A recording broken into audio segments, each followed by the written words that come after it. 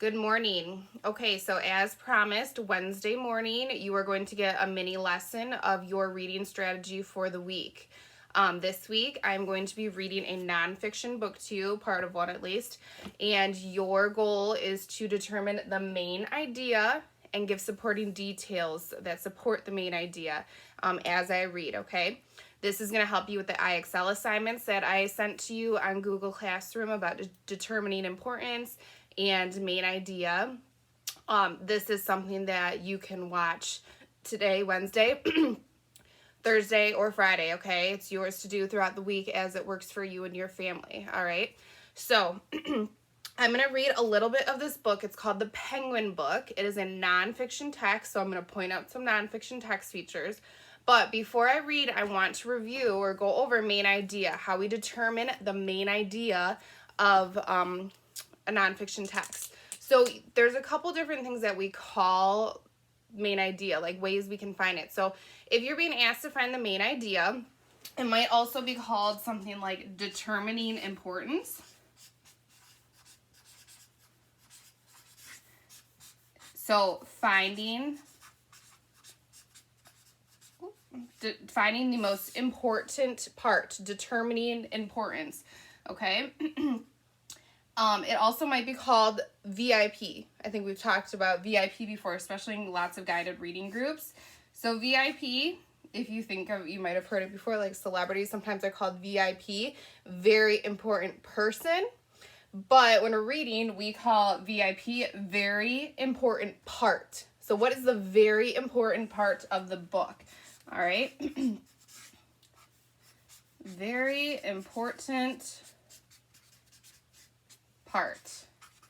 Okay, so look, we have the word importance and important, right? The root word is important and importance.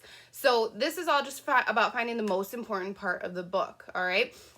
So what I want you to think about with main idea, we can visualize a table or a chair, okay? So I just drew like a little stool that has 3 legs on it. So what would happen if I broke off that leg and there were only 2? What would happen to the top of the stool? Would it stay nice and flat? Or would it tip over and be wobbly? It would tip over and be wobbly, right? That is because these legs support the top of the table or the top of the stool, okay? You need all 3 or 4, or depending on the size, maybe 5 or 6, legs of a table to support the top of it. That is how we can think about main idea and supporting details. Okay, so the top of the table in this is called a metaphor when we compare it to something different than what it is to understand a topic. So the top of the table is the main idea. Okay, this is what the book is all about. So even before I open this book, you can get a pretty good idea about what the main idea is, what the book is all about, right? The Penguin book, birds in suits, and then the photograph, right? We know it's going to be about penguins. Maybe we'll get more specific in our topic depending on the chapter that we read. Okay, so this is the main idea. Now, like I said, the legs of the table or the legs of this chair support the top of it. Well, that's what our supporting details do. Okay, so, detail. Detail 1, detail 2, and detail 3.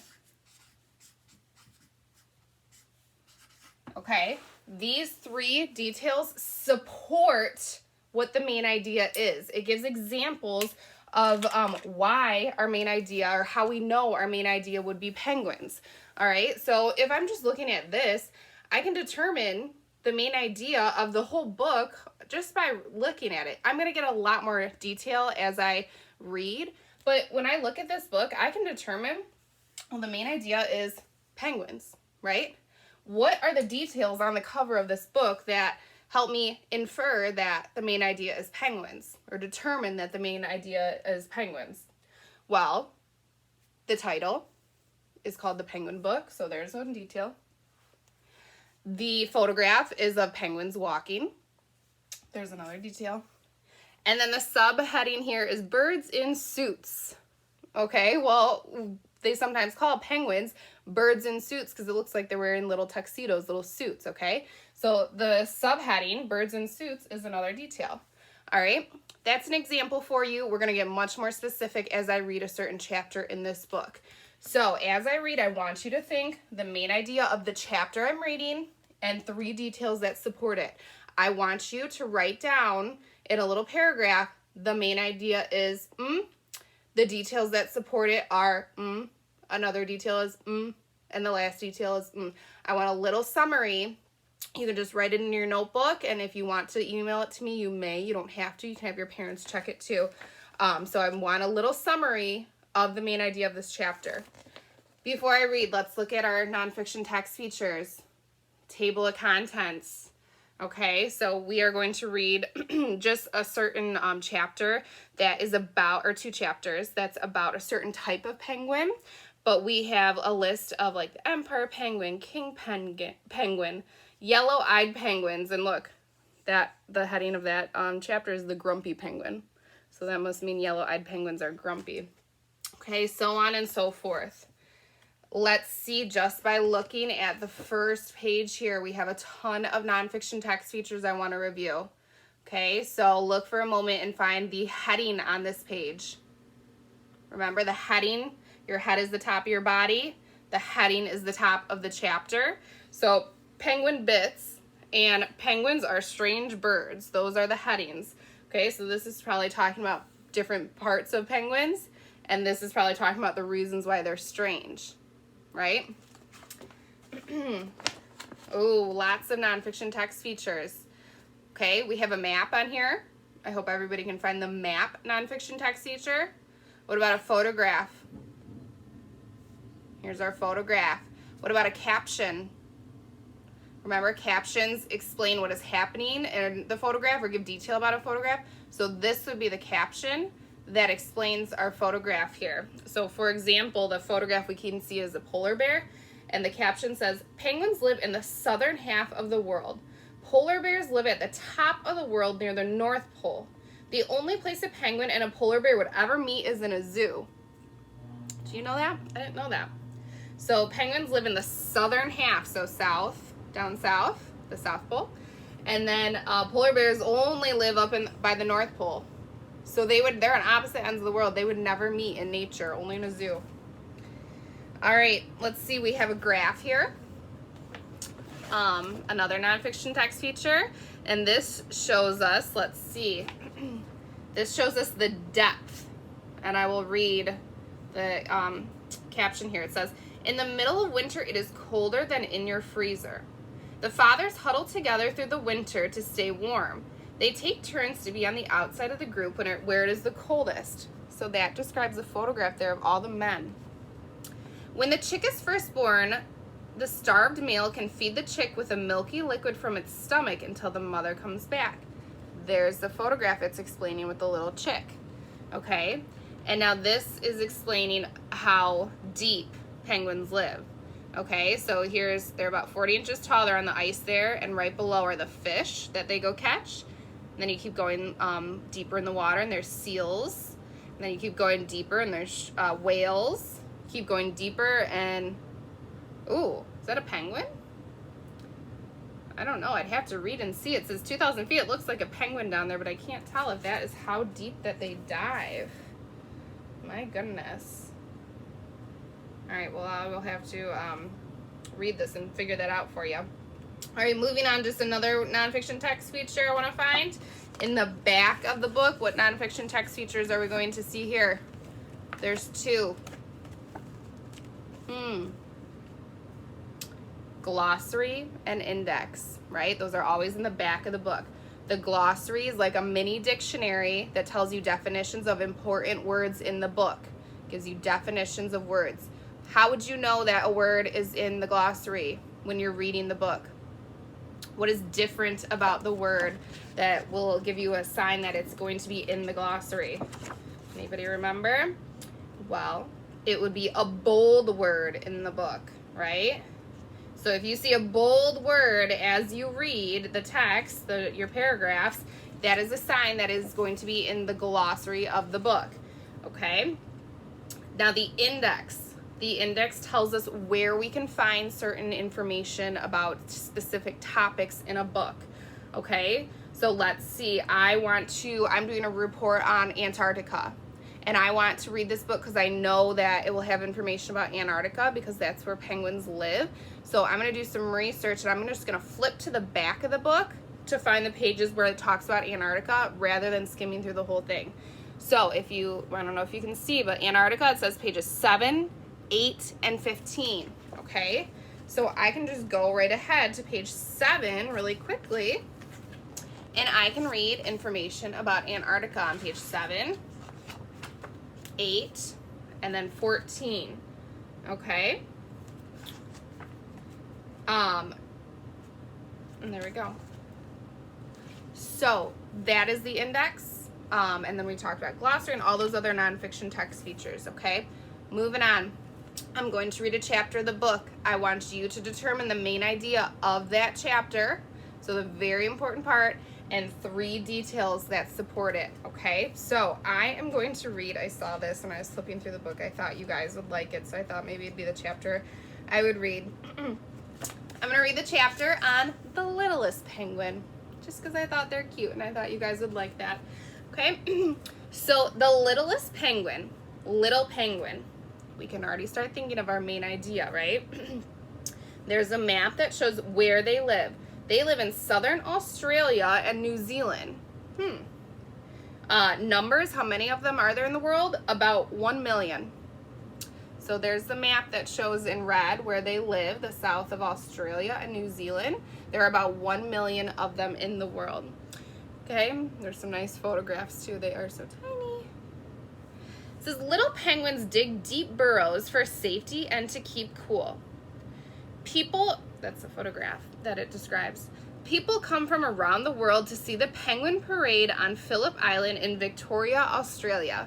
So this must be the penguin parade. Okay. Penguins need air to breathe. Little penguins can hold their breath for about 1 minute, just long enough to dive to the depth of 90 feet. The tiniest penguins of all are the little or fairy penguins. They live in Australia and New Zealand.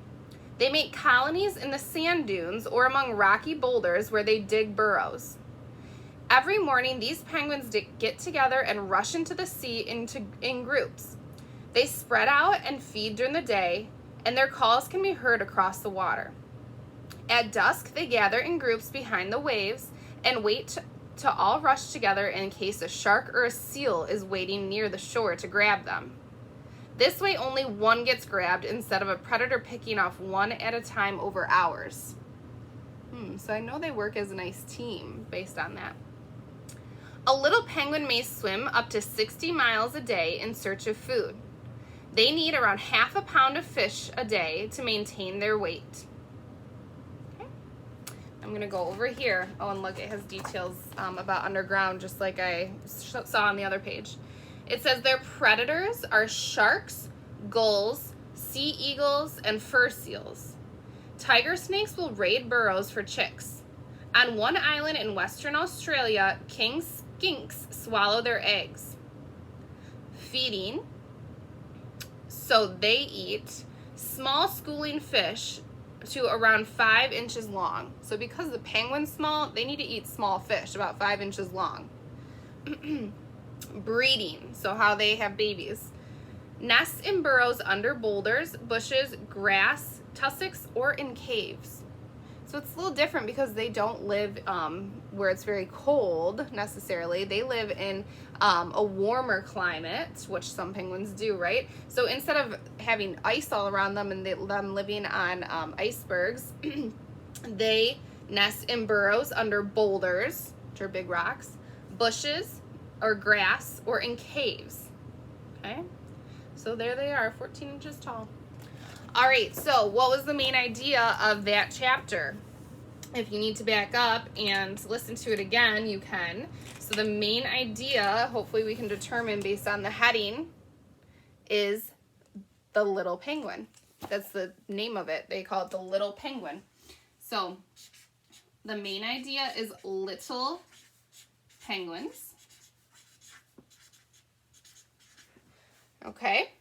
And then how did we know that the main idea was little penguins? What did we read specifically in the text that helped us figure out we're learning all about little penguins? Okay, I will give you one example, and then I want you to figure out two more. If you need to back up and re-listen to me, reread it, pause and write it down to help you do your summary, that is fine.